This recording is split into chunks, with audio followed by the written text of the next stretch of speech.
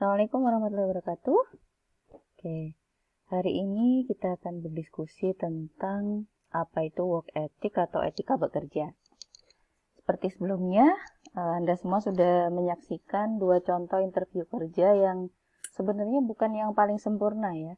Jadi contohnya itu memang untuk dikritik. Banyak hal-hal yang kurang ataupun hal-hal yang positif yang bisa dijadikan pembelajaran gitu. Nah, untuk kesempatan kali ini kita discuss dulu tentang apa itu work ethic atau etika bekerja.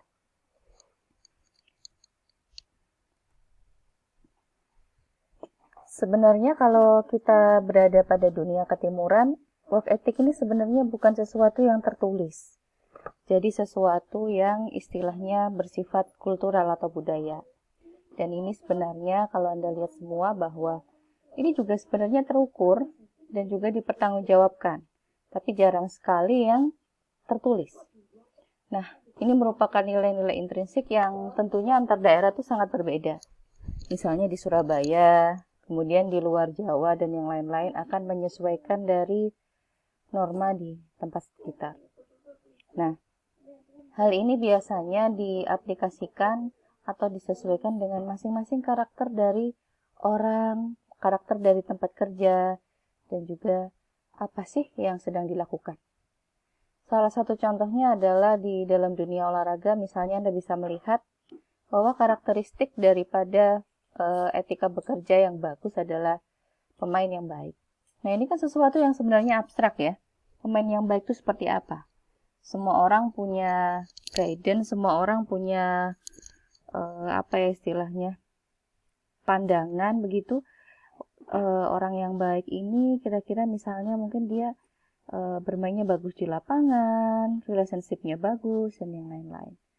Makanya ketika kita bekerja, kita juga tidak hanya set goals atau istilahnya mencapai tujuan kerja, tapi kita juga membangun relasi dengan orang lain. Itu merupakan salah satu kesatuan yang tidak bisa dipisahkan. Kita harus bekerja dengan cerdas dan juga melakukan pekerjaan dengan baik. Bagaimana langkah-langkahnya agar kita bisa mendapatkan pengakuan atau istilahnya etika bekerja yang baik di dalam dunia kerja? Oke, kita akan bahas satu-satu dan diskusi. Yang pertama adalah kehadiran. Kehadiran ini biasanya impact-nya sangat besar. Ya, kalau sekarang dalam kondisi pandemi memang kita tidak hadir langsung di tempat kerja, tapi kita bisa masih keep in touch, work from home, study from home, dan yang lain-lain. Nah, kehadiran ini merupakan impact yang besar tadi ya, karena ketika kita hadir, kita membawa diri dan melakukan pekerjaan, tentunya performa dari job akan meningkat, retensi juga akan menurun. Nah, ini istilahnya dari masing-masing individu untuk mencapai kesuksesan. Nah, bagaimana kita bisa maintain kehadiran yang baik? Nah, kita harus membuat work priority. Jadi, bekerja itu juga atau mungkin kehadiran saat Anda kuliah itu merupakan prioritas. Karena itu sekarang adalah apa yang Anda lakukan. Anda harus tahu schedule-nya, ini sangat jelas. Misalnya Anda kuliah jam berapa, itu Anda harus sudah persiapan. Jadi kuliah jam 8, oke, jam 6 atau setengah 7 Anda sudah mandi, sudah siap-siap jam 7 berangkat, seperti itu.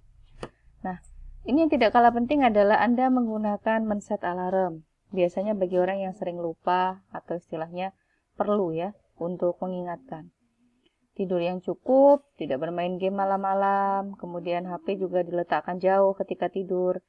Nah, ini yang mungkin di Surabaya perlu diperhatikan ya. Dalam kondisi tidak pandemi biasanya macet. Nah, itu yang perlu diperhatikan. Nah, kalau memang Anda ada keperluan yang mendesak, Anda harus menginformasikan kepada supervisor Anda. Itu sangat penting. Yang kedua adalah karakter. Kalau Anda lihat karakter di sini adalah karakter ini harus mendapatkan pengakuan dari orang lain bahwa kita bisa membangun relationship yang bagus ya. Jadi relationship yang bagus ini bisa Anda dapatkan ketika Anda berinteraksi dengan teman kerja. Kita akan tahu, oh teman dia ini baik banget, dia jutek, dia seperti ini. Nah, itu kita akan tahu seperti itu. Nah, karakter ini ada beberapa hal yang mendasari ya sifatnya, traits-nya. Antara lain keloyalan, kejujuran, trust, kemudian dependent, reliable, inisiatif, disiplin, dan tanggung jawab. Salah satu contohnya itu. Yang ketiga adalah teamwork. Teamwork ini merupakan sesuatu hal yang sangat vital ya, karena manusia sebagai human beings itu harus hidup bersama ya. Kita tidak bisa hidup sendiri, saling bekerja sama ya. Jadi ini merupakan salah satu hal yang penting. Kalau Anda lihat bahwa banyak hal yang di dalam dunia kerja bahwa teamwork ini mendasari kesuksesan dari sebuah perusahaan. Teamworknya kurang bagus dan yang lain-lain, maka tidak bisa bekerja dengan maksimal seperti itu. Salah satu contohnya adalah kita menghargai orang lain, kemudian menjadi tim dan kooperatif. Kooperatif itu berarti kita bisa bekerja sama, asertif, bisa diarahkan, kemudian kita bisa melakukan pekerjaan yang istilahnya kita itu, kalau mungkin Anda pernah ke institusi pelayanan ya, perbankan dan yang lain, customer service-nya, attitude-nya sangat bagus. Nah, kita juga menerapkan seperti itu. Perlakukan orang lain seperti Anda ingin diperlakukan. Jadi, teamwork itu seperti itu, ya, salah contohnya. Yang keempat adalah appearance atau kehadiran. Jadi, kehadiran, maksudnya performa ya. Jadi, penampakan kita seperti apa gitu ya, bukan kehadiran. Jadi, first impression-nya bagaimana? Dan biasanya ketika kita melihat orang lain, dalam 3 detik saja kita sudah bisa memastikan, oh dia ini seperti apa, gitu ya. Jangan sampai Anda terlihat kusut, tidak terurus, dan yang lain-lain, ya. Karena orang akan menganggap, wah dia aja tidak menghargai penampilannya. Bagaimana dia bisa mengerjakan pekerjaan dengan baik. Kalau kita mengerjakan pekerjaan dengan baik, berpakaian dengan profesional, rapi ya. Karena orang punya standar sendiri untuk berpakaian, ya. Ada orang yang suka baju longgar, ada orang yang suka bajunya sedikit press, ada yang lain-lain. Nah, itu senyaman Anda dan juga sesuaikan dengan normanya dan juga peraturan untuk berpakaian.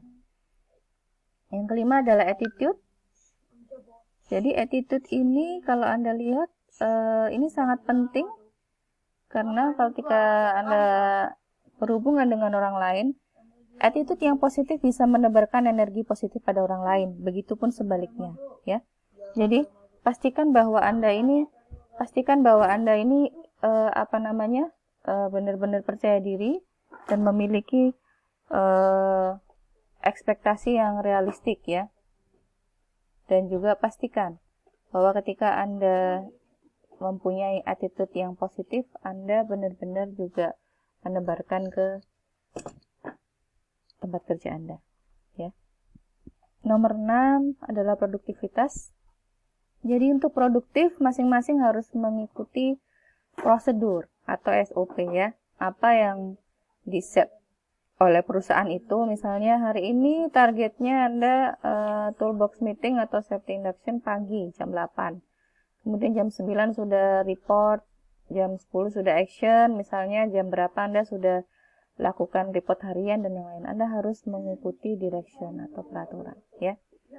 Yang ketujuh adalah organization skill. Organization skill ini sebenarnya terbentuk mulai dari Anda zaman di sekolah, ya.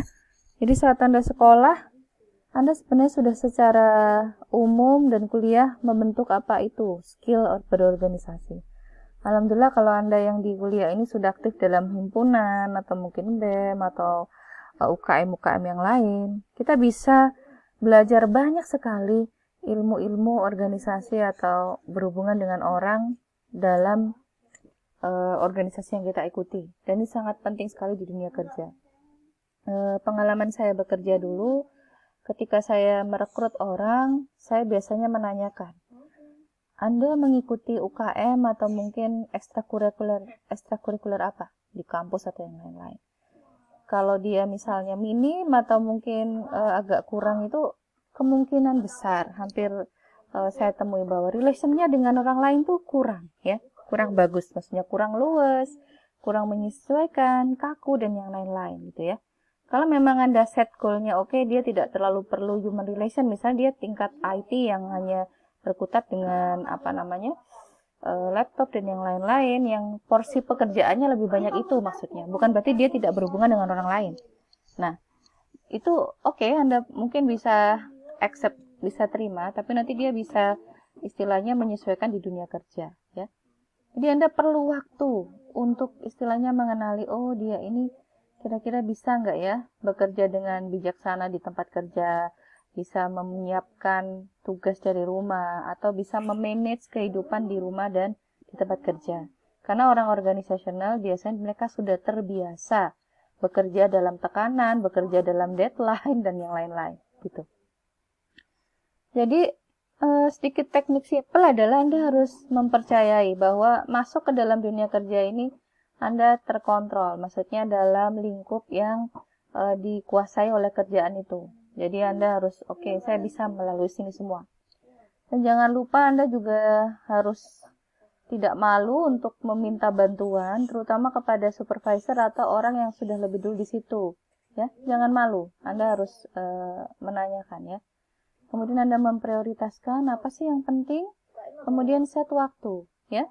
Apa sih yang harus Anda raih dan apa yang pending. Dan spend time wisely, ya, bijaksana. Yang kedelapan, communication, baik ini verbal maupun non-verbal juga harus jelas. Jangan sampai kesalahpahaman terjadi di dalam dunia kerja, ya. Jadi, ketika kita men-state sesuatu itu harus clear. Kalau tidak seperti itu, kesalahpahaman akan menimbulkan hal-hal yang benar-benar mengganggu pekerjaan. Yang 9 adalah cooperation. Kalau cooperation ini cukup penting karena kalau Anda lihat bahwa good working relationship ini bisa menyukseskan dunia kerja, ya. Jadi misalnya terjadi konflik. Oke, terjadi konflik biasanya orang-orang masing-masing punya MPE atau mekanisme pembelaan ego sendiri. Jadi mereka biasanya oke, saya akan menghindar, saya akan menghadapi, saya apa. Itu tergantung dari Anda dan dunia kerja. Ya, jadi kalau masalah itu cepat selesai lebih baik, ya selesaikan daripada nanti menjadi sekam gitu di dalam dunia kerja. Dan pastikan Anda menjadi good problem solver, jangan malah memanas-manasi atau yang lain-lain, ya. Jangan malah memanas-manasi. Yang terakhir adalah respect.